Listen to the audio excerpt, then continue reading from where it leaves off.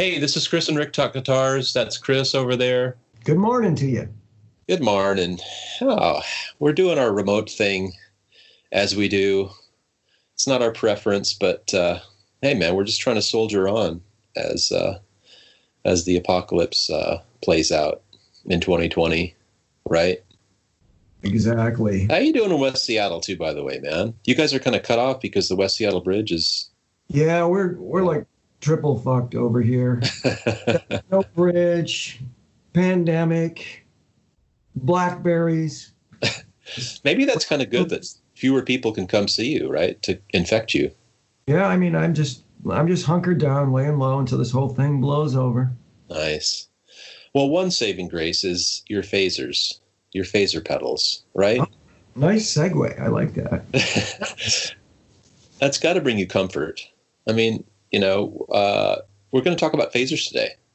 Talk about a segue. Phase shifter guitar pedals, man. We love them, as I always do. I come late to the party. That's just my trademark, man. Shit's been around forever, and then I finally kind of hop on the bandwagon, and then it's new to me. It's kind of cool because then at least it's new to me, and I'm psyched about it, and I'm jazzed. Anyway, I want you to talk about your phaser relationship, starting from when you were taught, and then also after you do that, tell the listeners about your cool phaser collection, because you've started to collect these things. You're probably going to have 1 million before you die. The phase shifter was one of my first effects pedals ever. When I was a little kid and I went and I bought my first electric guitar, the nice dude at the mom and pop shop threw in a bright orange Ibanez Roto phase. So it was my first guitar pedal ever. So I'll always have a warm, fuzzy spot in my heart for the phase shifter.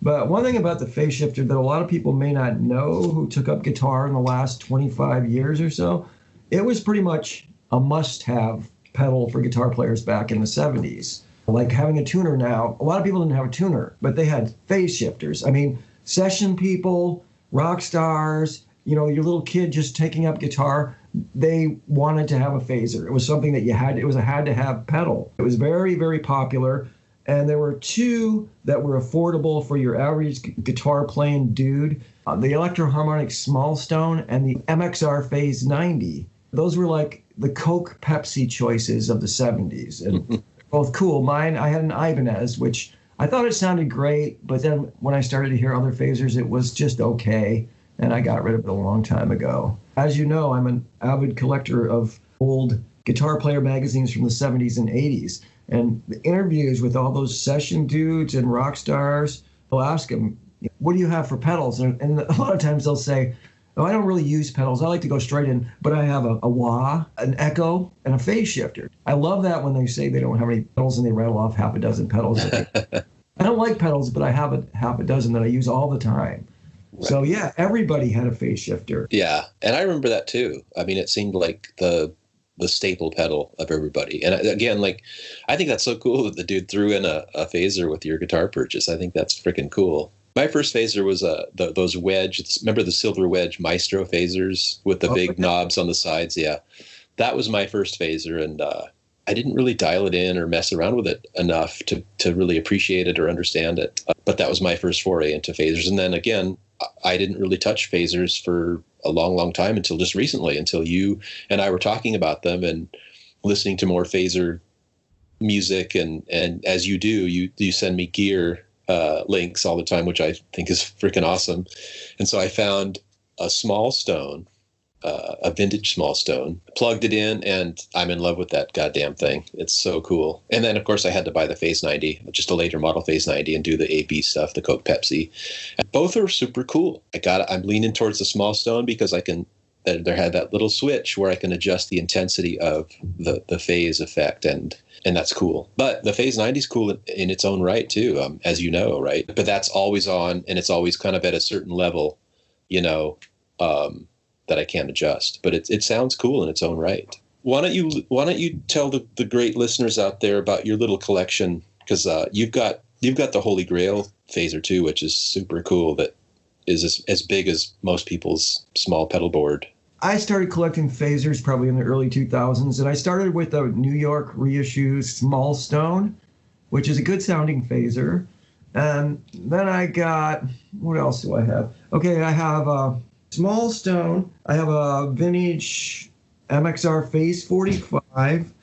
I have an Ibanez PT, whatever the hell it is. I think it's a PT. It's the orange 9 series Ibanez phase shifter.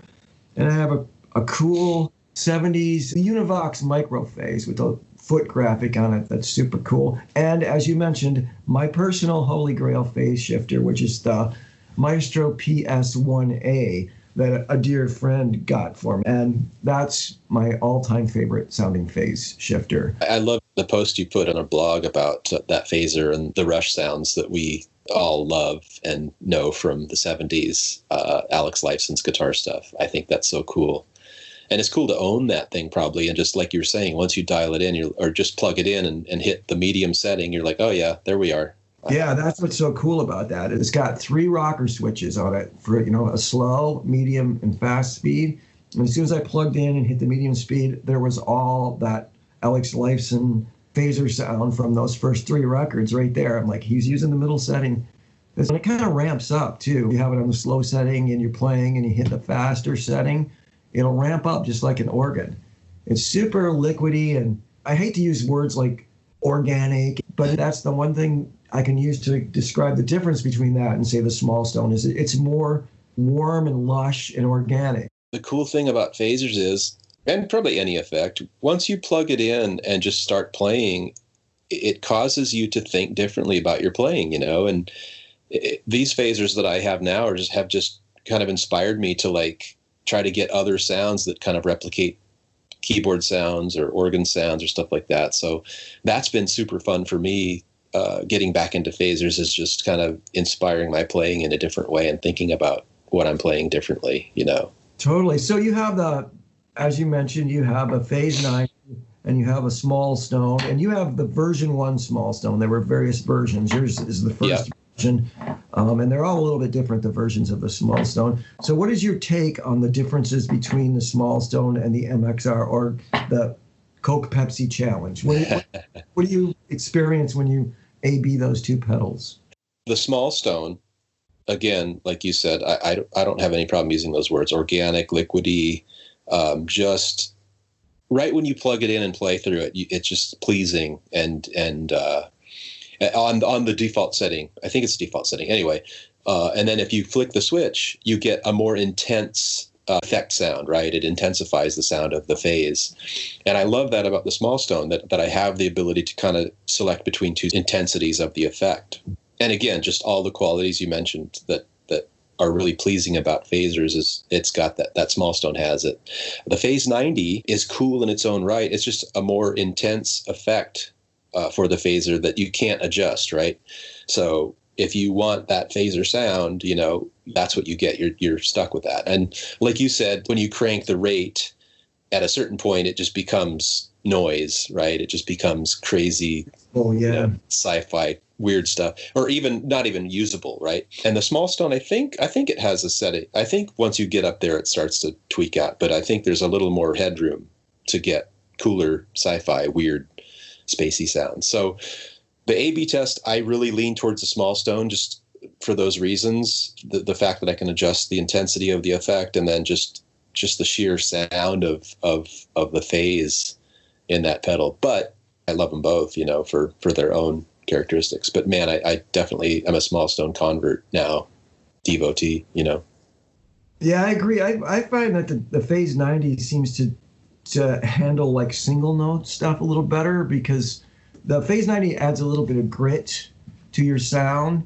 So like on the single note stuff, I think it sticks out a little bit more. The small stone is more round sounding, so it's great for chords, really lush chords.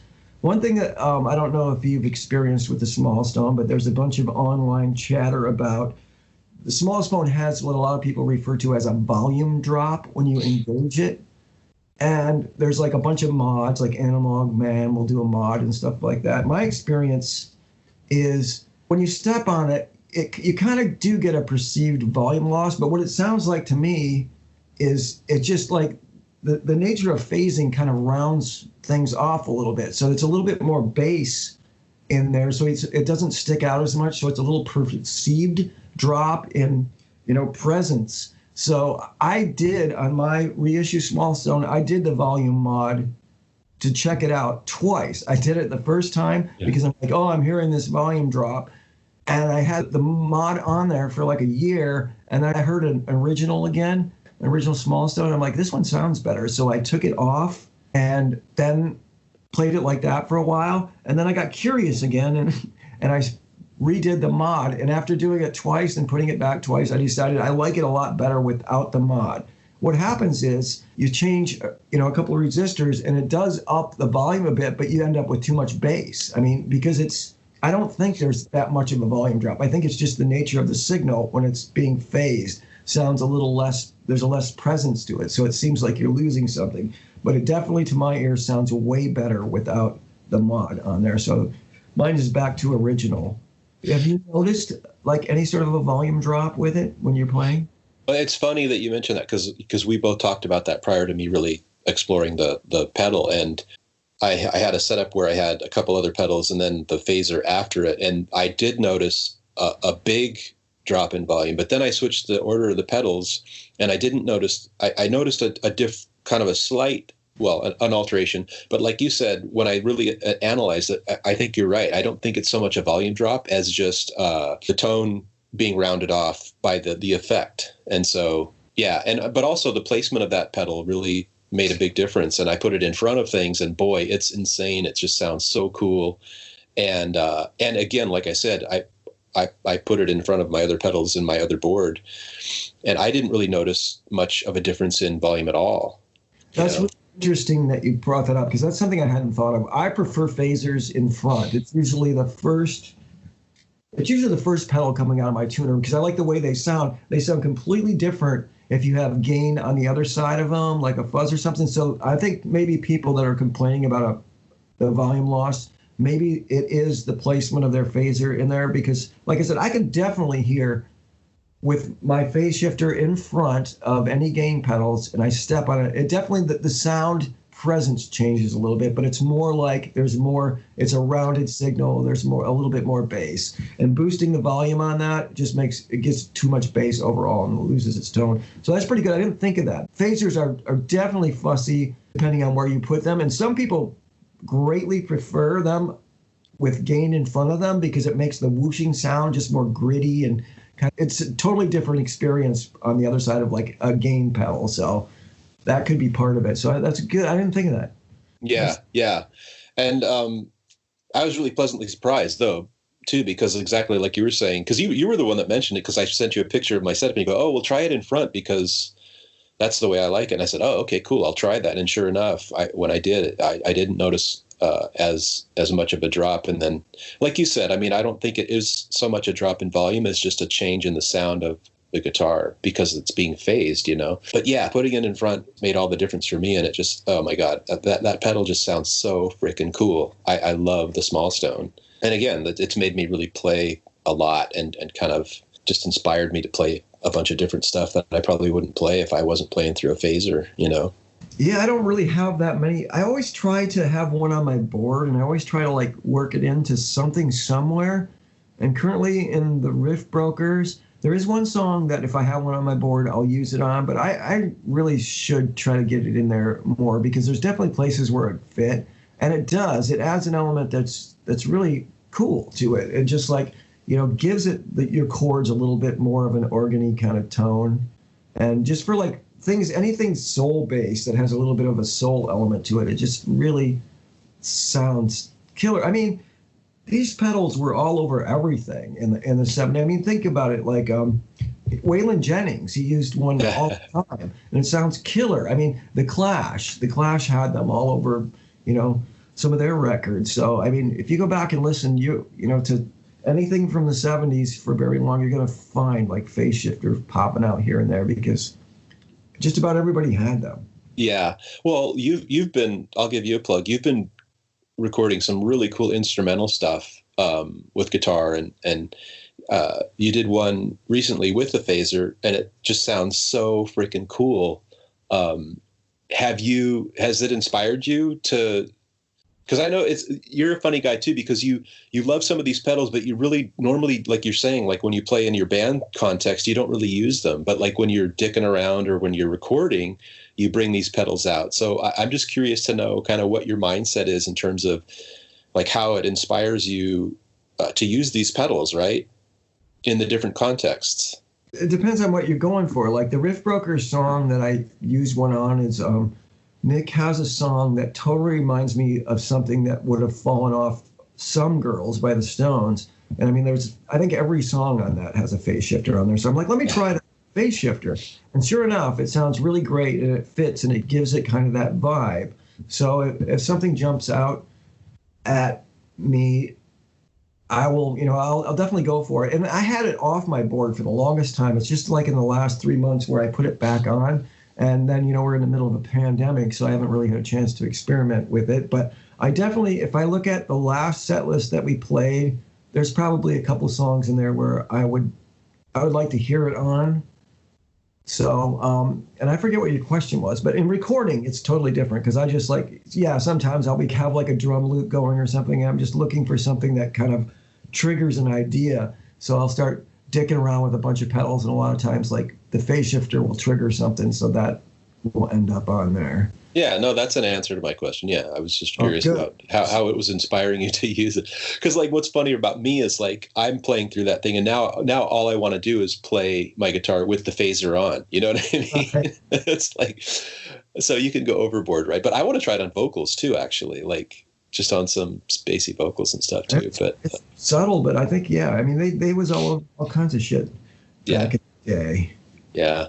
And I guess just as you and I talk about normally about guitar playing and stuff, I think it's just cool how it inspires, different thought about guitar parts. And like you're saying, like some are better for single notes, some are better for chords. And that's kind of another thing to kind of parse out and kind of an interesting thing to get your mind going on too, right? It's like, okay, well, this one sounds better for this application. This one sounds better for this application. And again, for me, I just love the fact that it kind of forces me to play differently and think about it differently. So, I mean, the effect came about, I believe, just by people trying to get that like Hammond organ Leslie sound. And, and there's the Univibe too, which is a phase shifter with some chorus on it. So that's one thing you could try. You have that chorus pedal. You could kind of throw that in there too, and it adds like just a little bit of liquid shimmer on top of everything. So Univibe pedals are great. I mean, it's been a long time since I played an original, but even that Dan Electro Chicken Salad, that cheap little pedal, is a really good sounding like vibe sound. A lot of these phasers use different ways of getting their phasers. For like the variable resistor, they'll use different things. Like I think the Small Stone is an OTA for the variable resistor, and the MXR is the JFET, and the Univibe is like the light, where it has a little light bulb that kind of varies the resistance. So they're all a little bit different technology-wise. So that's why, I mean, that just means you should collect them all.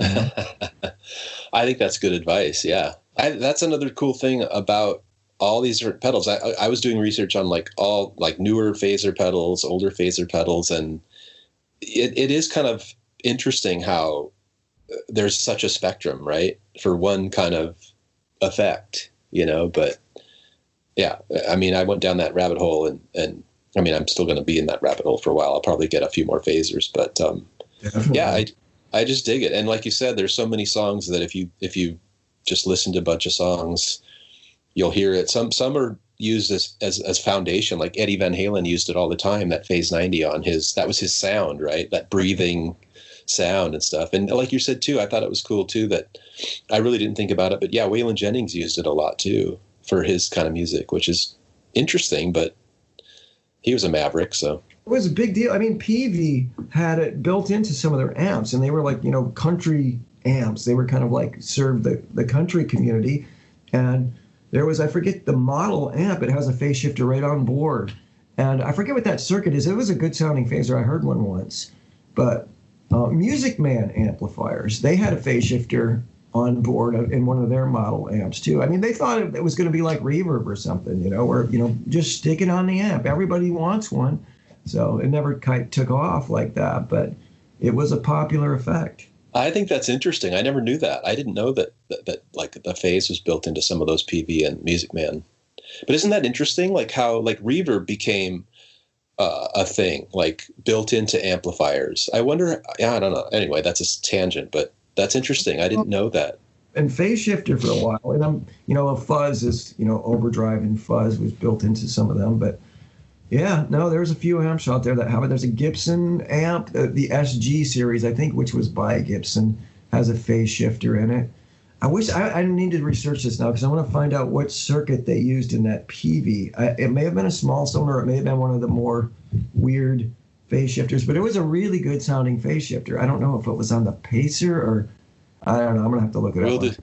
That's so cool. Yeah, now I want to research that too. I even have to get one of those. Well, you have to collect them all pretty much. Just out of curiosity, what are some of your favorite guitar parts that have phase in them?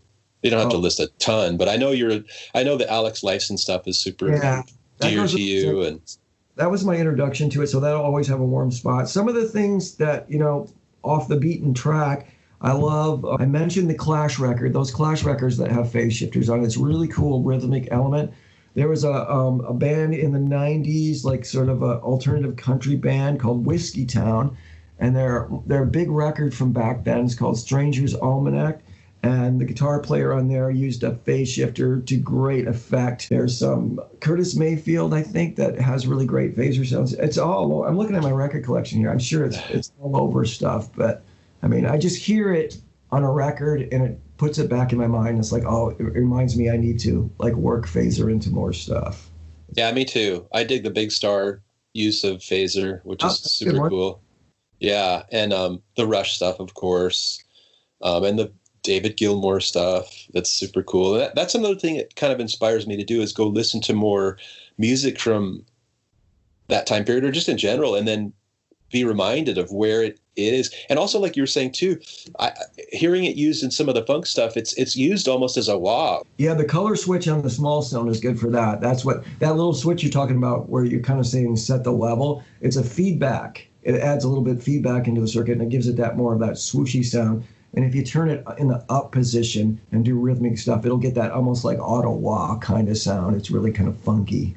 Yeah, that's another thing I didn't really think of until I started messing around with this, and then recollecting guitar sounds, going, oh yeah, this is a phaser. But when I heard it initially, I just thought it was maybe it's like an auto wah or something or some other effect. But yeah, right on, man. We suggest to all of you people out there to buy phasers, the phaser of your choice, and listen to more music and seek out the phaser sounds and be inspired by them. Don't you think, Chris?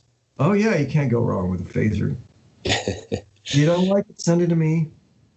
Yeah.